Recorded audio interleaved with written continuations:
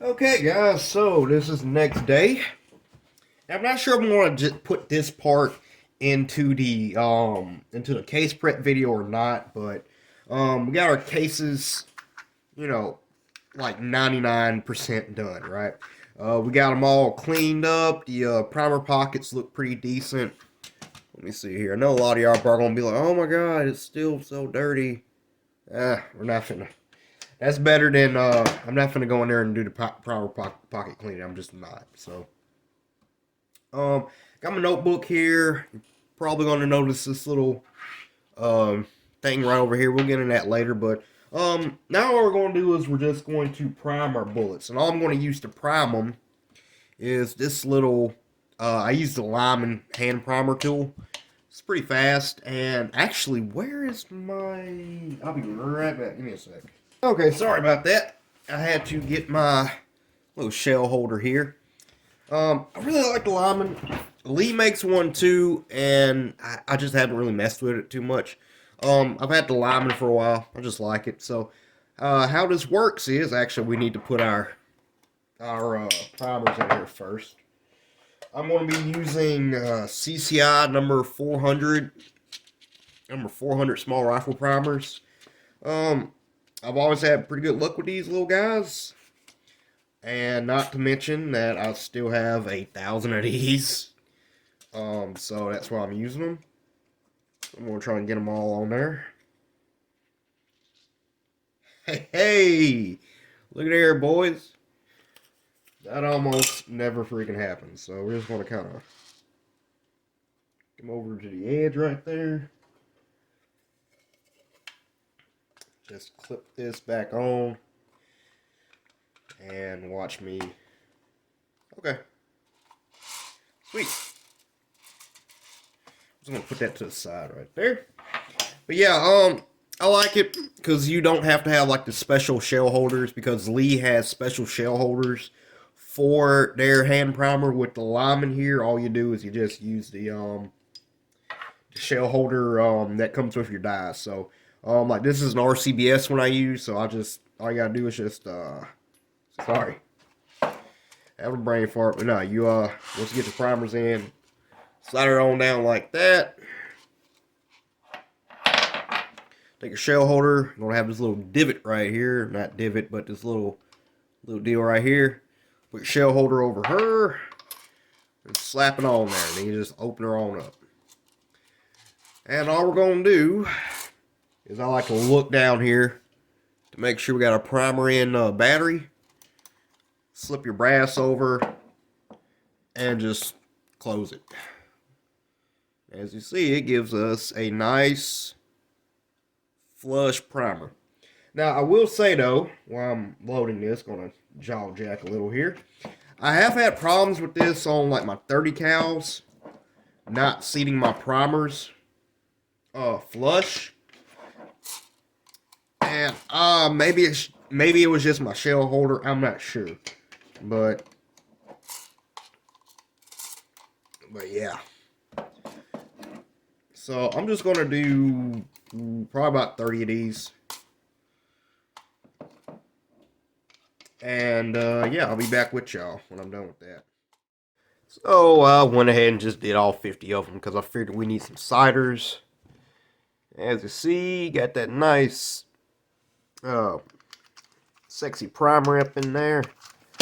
Good to go. We got one more thing to do with the brass. And before we actually put our bullets in, before we put our powder in, then our bullets. But I'll get to that in a minute. I want to show y'all my little notebook here. It's really important you keep notes on all this stuff, and I just want to show y'all how I notate it. I just use a Ride in the Rain notebook, and this is kind of like my all-together notebook. This has like my rod building, reloading, net making stuff in it. I'll try to be really, really precise with all my notes, really meticulous with them, because if I end up getting a load that works really good, I want to be able to go back through here and see exactly what I did so I can exactly recreate that load. Or if something goes wrong with that load, I can go through here and see what I could probably tweak better. So, just kind of a brief overview here. You see, I got the date, the caliber, what rifle, I'm putting this in. What condition my rifle is in, as in if if it's a clean rifle, a brand new rifle, an old rifle. With this one I cleaned it, just cleaned the barrel. A bullet, which is our powder coated Lee 225.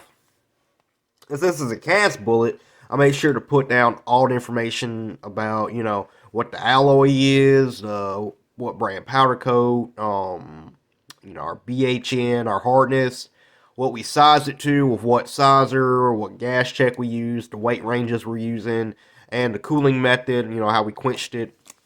Make sure to put all that since we're using a cast bullet because, again, like I said when we were making the bullets, we can make these bullets in a bunch of different ways. So, last thing I want is to have a good bullet going like 2,100 feet per second and then use a completely different bullet, different BHN and, foul my barrel up. So, that's really important to have. Then I have how we prep the brass, what brass we use, what head stamps, if it was once fire or not, our general case trim, shoulder bump, how we cleaned it, what primers, and the powder we're going to try.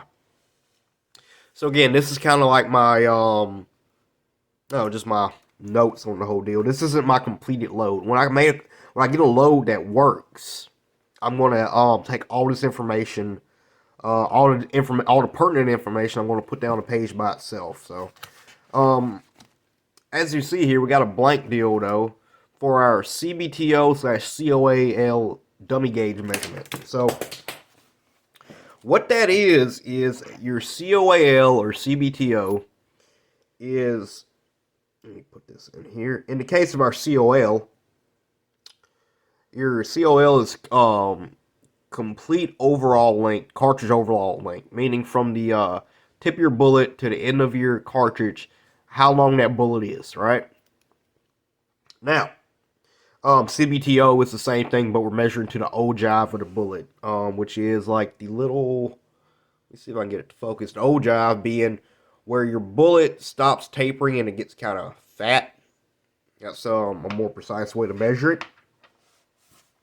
Now, a lot of people will be like, well, yeah, we can just look in the book, because most books, pull out the old handy-dandy Lee book real quick.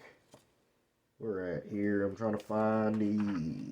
But yeah, like most of your books, you're going to give you a max coal, and each bullet's probably going to have its own, max coal on it, or the recommended combined overall length.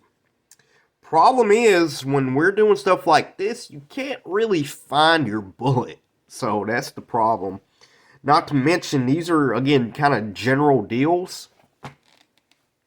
So we want to try and be as accurate as we can. So we're finna find what our rifle's overall length is, or our COA is. What we're trying to do is we're trying to find the rifling, where this bullet hits the rifling, and work off of that.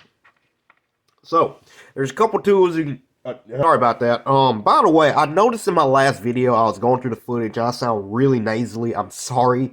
My nose is stopped up and kind of sick, so I do apologize for that. But, as I was saying, there's a couple tools we can use to find our, to find the lands in our rifle specifically. Hornady makes one. Stony Point made one. I don't know if there's still different ones. I'm pretty sure Sinclair makes one. But what I've always done and what I really like and what works pretty good for me is I use, what a lot of people call a dummy gauge or a split neck gauge. All you really need for this is...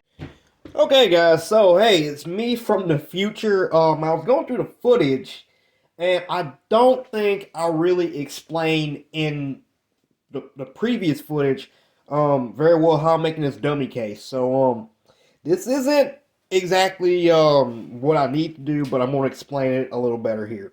So the whole point of this dummy case, if I didn't explain already, is to have a cheap way to measure our CBTO, our cartridge base to ogive length, or our COAL, our cartridge our cartridge overall length, whatever you want to do. There's, again, a lot of tools you can use to do it. Hornady, Sinclair, and I think like 2 or 3 other companies make like a little gauge with the little screw-on deal, but unless you get those cases made for each one of the rifles, according to a couple people, they're not as accurate, you know, because that piece of brass has not conformed to your chamber. So we're going to be making our own little dummy case, and it's cheap. So I'm not 100% if this is the proper way to do it for a AR-15 or a semi-automatic weapon. Every video I've seen and everybody I've been told to do this, it's always been for bolt guns, like my 243 or 30-06 here, right? And these guys are usually neck sizing and whatnot, and they always say use a fire-formed piece of brass because it fits your chamber perfectly, which makes sense. So, with AR-15s, you cannot neck size. With semi-automatics in general, you cannot neck size. As far as I'm aware, you cannot just neck size. You have to full length resize. So I don't know. I'm slightly confused on this, but again, that's all. That's what I've always done. So that's what we're going to do here. So got a piece of brass here that is fire formed to my gun. Right. This was fired out of my AR-15, out of that barrel that we're shooting right now. So this is, you know, this is matching our chamber pretty good, pretty perfectly, right? So, got a piece of fire-formed brass. First thing we're going to do is decap it, right? You don't want to have your primer in here because your primer can throw off your measurement by a little bit, but, you know, every little bit helps. So we're going to knock our primer out. Also, it's a good way to identify that this is your dummy round. So, if the giant cut we're about to make doesn't, you know, give it to you, you're going to look at it and be like, oh, okay, this is a dummy round. So, I'm just going to pop our primer out. Now, we're not going to mess with this neck whatsoever. We want our neck and our shoulder to be the exact same. Again, this is going off of everything I've learned. So, if I'm not doing this right, you guys in the comments, let me know. Tell me how y'all do it. Because I was watching Johnny's reloading mission the other day, and he just kind of just did it. And he was like, yeah, so here's a fire-formed piece of brass. Here's a sized-up piece of brass, and he made a split case like that. So, I don't know. It was he didn't really explain it. I don't know. So, we popped the primer out, didn't mess with the neck. Since we're using a flat base cast bullet, we want this bullet to slide in and out of our neck very easily. So, since we have these little driving bands right there, those driving bands sit out from the bullet a hair. If you can kind of see, they sit out, right? It's not like using a regular bullet where it's all the same deal and it just slips down. With this, it's going to get caught if we leave our neck the same. So, for these cast bullets, I'm going to add a little extra step. I'm just going to take this is our flaring die, our Lee Universal flaring die. Excuse the rust. These dies seem to rust up pretty easy. But again, since this is in the future, we've got our flare and everything set perfectly. Or as good as I think is good. Once it's up in there, we're going to give that case a slight flare. You see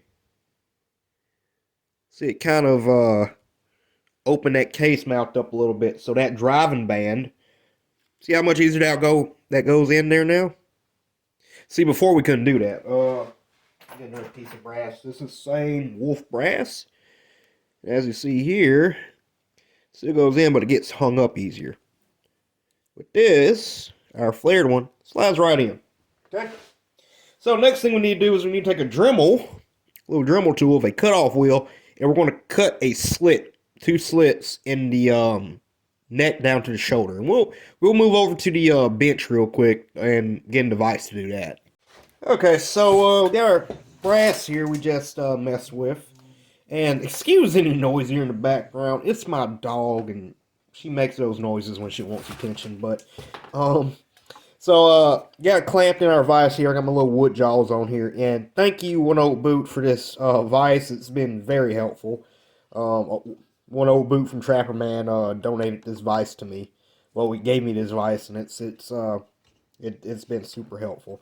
Anyhow, just got my little drill master, my little knockoff Dremel tool here with a little cutoff wheel. And we're going to cut a slit on either side of this. Some people do four of them. Some people just do 2. I just do 2. So we're going to cut it down right into the shoulder a little bit. Pretty simple. Try to keep it straight.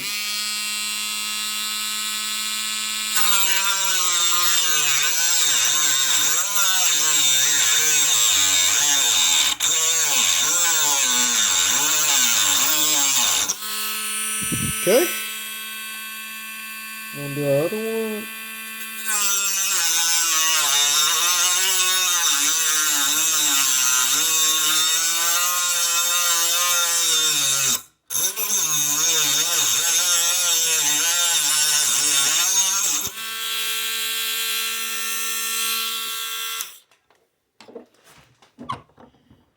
Okay, there you go. Not the straightest cut, but you guys get the general gist of it. What this allows, once we split it, let me get a bullet here. Can't find my bullets. I just had one. Oh, here's one. Okay.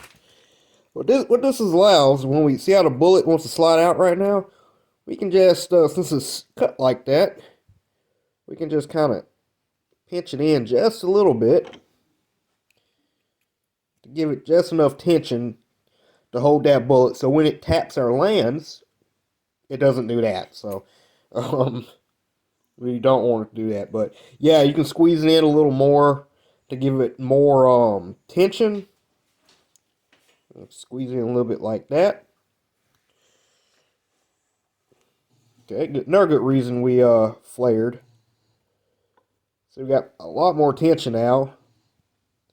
So when we shove it up in there and it impacts the lands, it'll slide on in there. And it'll keep that measurement. It'll keep like that, or pretty close to it, until we bring it out to measurement. So, yeah. Again, me from the future, just want to try and clarify this a little bit.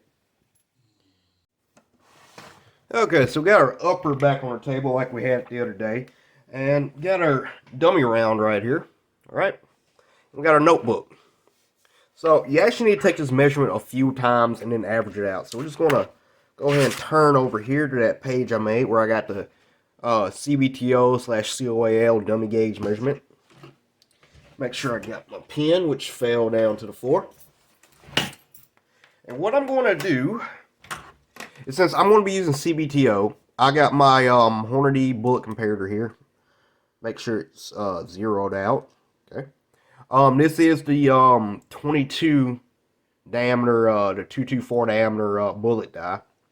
But since this is a, you know what I'm, since this is like a, since this is roughly a 22 diameter bullet, it should work just fine. So we're going to see. I got it pulled out pretty good here. Actually, let me push it a little bit onto that first. There we go.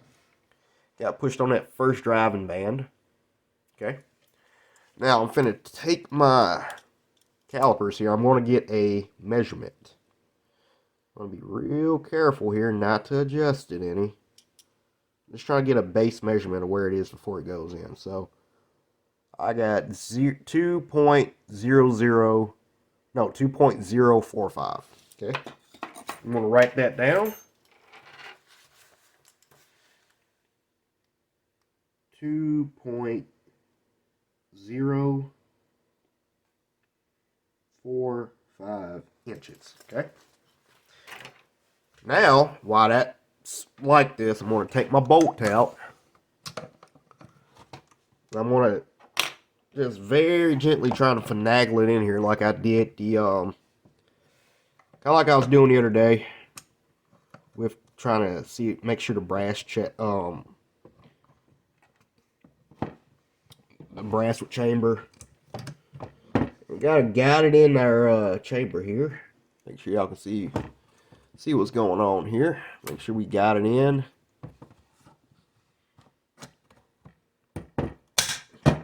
Okay, it's gonna close a little hard because that bullet's getting pushed into the lands, but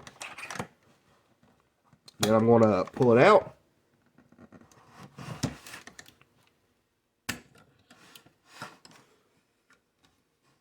Be very careful here. Make sure I got the bullet out. As you see, that bullet has been, see if y'all can see it here, that bullet has been pushed in a little bit. So now I'm going to take a measurement again. and see where it's been pushed to. Now it's been pushed to 1935. So I'm going to lock down my calipers there.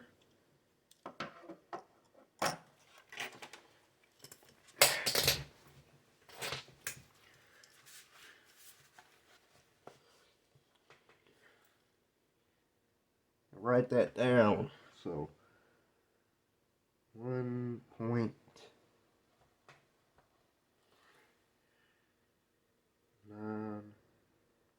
Three. All right, 1.3. Okay, now that could have been a fluke. So we're going to do this a couple more times, and we're going to average everything out. So I'll be back when I'm done with that. Okay, so to show y'all the results of what we got here, I did it 5 times until I kind of screwed up and got my bullet stuck. But I think 5 should be good enough here. So what I did here was when I pulled the bullet out, okay, I wrote down that starting measurement just so I could compare to see if it actually moved. So, you know, I got like a 2.045 inch, you know, that's where I pulled it out to. Just general, wasn't trying to get anything exact. The fact that I got some of these numbers laying pretty close was kind of just luck. And then over here is what happened when I put it in and I chambered it and I pulled it back out. This is the measurements from the where that bullet basically contacted the lands. And as you see here, that third number, that's the thousandths. And depending on how good your calipers are, your thousandths mark is really subjective. So I think that's like, we're bordering on like the thickness of a sheet of paper right there. So I'm not really worried too much about that. But as you see, we have a general depth of where that bullet is hitting at, you know, 0.99 inches. So what I did was I added all those up to get an average. You know, like the main number right there, which is 9.978. Now I divided it by the amount of numbers we had to get our average, which was 1.995. That's our average, and then I added the amount of jump I wanted. Now, again, if you're watching this, I figure you reload a lot, so you should know that you're generally either going to have your bullet, when you're doing this type of reloading, you're going to have your bullet jammed into the lands of your rifle, meaning the rifling. Your bullet is into your rifling, or your bullet is away a little bit. So say the edge of this piece of paper is my rifling. Your bullet, being my pen, is either going to be touching it or inside of it, or it's going to be backed away and has to jump into it from the case. So, this being a semi-automatic platform, I've always been under the impression you don't want to just jam your bullets in because that can cause problems. Because it's not like a bolt action where it just pushes in and that's it. With the semi-auto, you have a little more wiggle room in there, and you could end up messing your bullet up, and especially since we're using lead.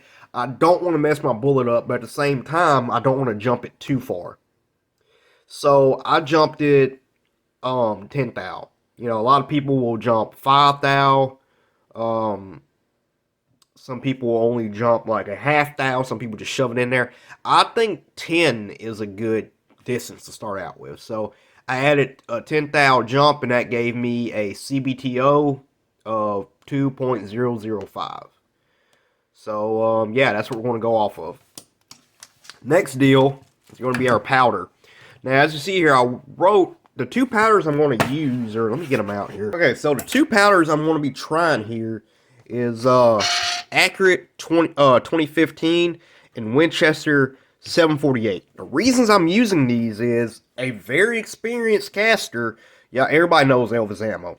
He put out like 3 different videos using each of these, right? And he got good success, decent groups coming out of AR-15 using these. So, wow, my hand's looking nasty. But anyhow, he got pretty good results out of these. So, right now in my notes, I got with the what was it? With 23.0 grams of the Winchester 748, he was getting around 2,500 feet per second in pretty decent groups. And with the 2015, he was using 18.2 grains of the 2015, again around 2100 feet per second. I really don't need these rounds to be super hot just off the boat. I'm looking for accuracy. So I think I'm going to use for the Winchester 748. I think I'm going to be using his 23.0 as my max charge. I'm going to be working up in like half grain increments for 5 rounds. And I think I'm going to do the same for this. But I think I'm going to bump up to like maybe 19 grains. And we're going to see what happens. So, by the way, guys, if you guys are seeing these stains on my hand, I don't know what it is. Okay, looks kind of nasty. I don't know. I've been messing with some rust, and I keep seeing it in the camera, and it's irritating me. So, yeah. But yeah, that's what we're gonna try. And yeah, so I'm gonna go ahead, warm up my Charge Master, and we're gonna start dropping charges. Okay, so one thing I kind of forgot to do real quick, because again, I'm not super used to reloading cast or flat base bullets in general, is I need to flare all these cases out. So what flaring is, I think I explained it a little bit when I was making the gauge, but basically what it is well, a flat base bullet, it doesn't have that doesn't have like that. Let me show you this here. See how on a boat tail bullet, it has this little dealio right here on the end where it's tapered. You can just kind of seat in there and go in pretty easy. Our cast bullets generally don't have that. They're generally flat based. So what we have to do to avoid our the edge of our bullet rim here from cutting into our bullets or similar is we have to just kind of flare that neck out a little bit. And when we're flaring, what it looks like is if you ever seen it like the end of a trumpet or something, it has like that little flare. We're doing that on a really small, very small scale. So I already got my flare adjusted here. And you can probably just barely see how it's been flared out just a hair. And that's going to allow our bullet, let me get one of my bullets here.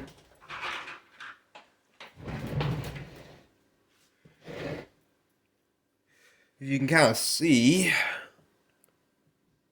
yeah, kind of an edge around there. And that's just that flare sticking out. That's just going to allow your bullet to sink in a little better. And, yeah. So, just doing those real quick. As scatterbrained as usual. Okay, so this is my RCBS Charge Master Light here. I actually bought this with this whole video series in my head. So, it's been warming up for a little bit here. You're supposed to let these guys warm up for like 20 minutes or something. So, I'm just going to calibrate it. Okay, 0. Calibrate. Put my 50 on here. Over a little bit. Okay, cal. 100 on here. Okay. Cal one more time. Sweet. So she's good to go. Put my scale on here. And 0 it. Okay, sweet. So, first powder, actually let me write down all my powders how I'm going to do this real. Okay, so went ahead and got my little ammo box here fitted up. All I did was I took a piece of paper, duct taped it on the inside, and I'm finna, from using his Elvis Ammo's 23 grains as my max load, I went up in 1 grain increment. So I went from 20 to 21 to 22 to 23. I was going to do half grain increments, but I really didn't want to be out there all day because I only have 50 rounds of the prep brass, and I just, didn't want to have to reprep a bunch of brass. So yeah, I got my RCBS Charge Master here set up. For some reason I already got a grain. Some dust in there. Okay. So yeah, I'm gonna go ahead and just.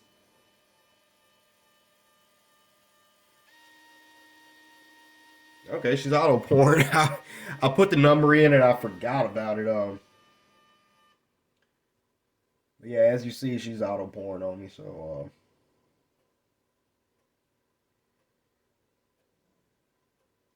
yeah, I'm just going to sit here and pour all these charges up.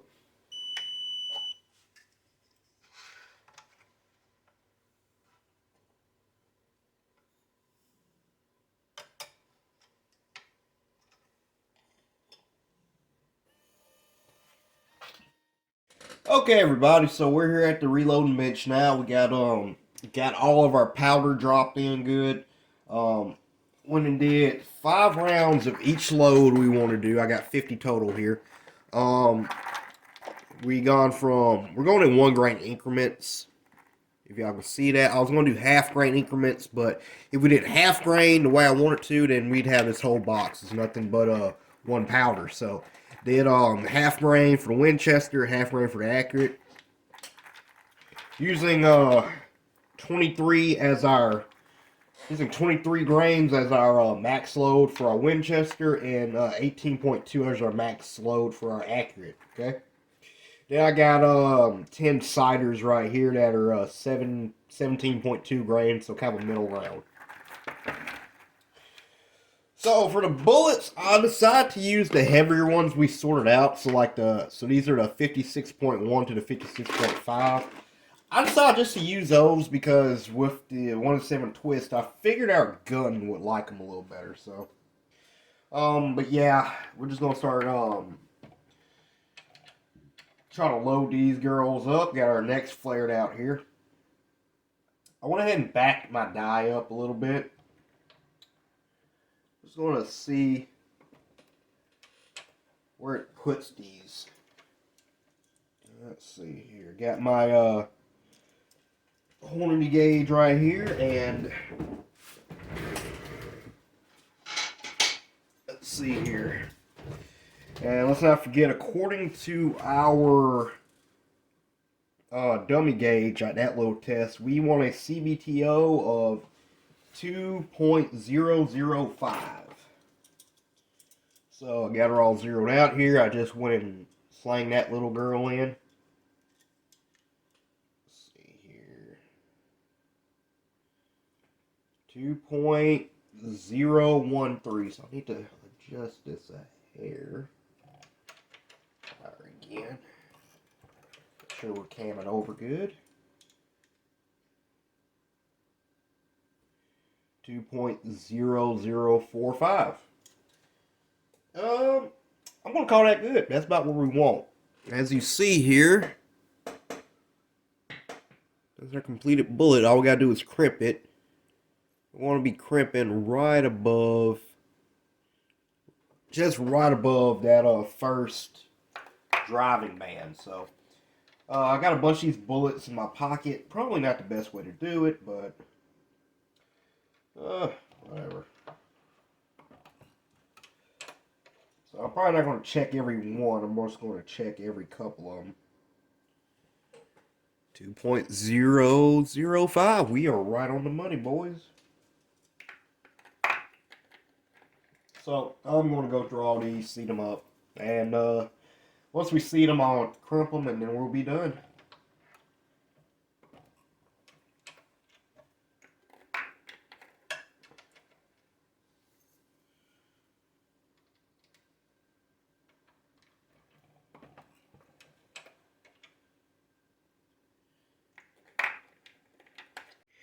Well, everybody, here we go. Our finished rounds here. I don't know why my camera's not shining like it should, but finished rounds. Gotta put a slight crimp on them to get rid of that the flare we got on here. So there we go, 50 altogether, 10 ciders, and then we got the other one. So should go out tomorrow and test all these at 50, and whatever happens at 50, then we're going to take out to 100 and see what happens. So yeah.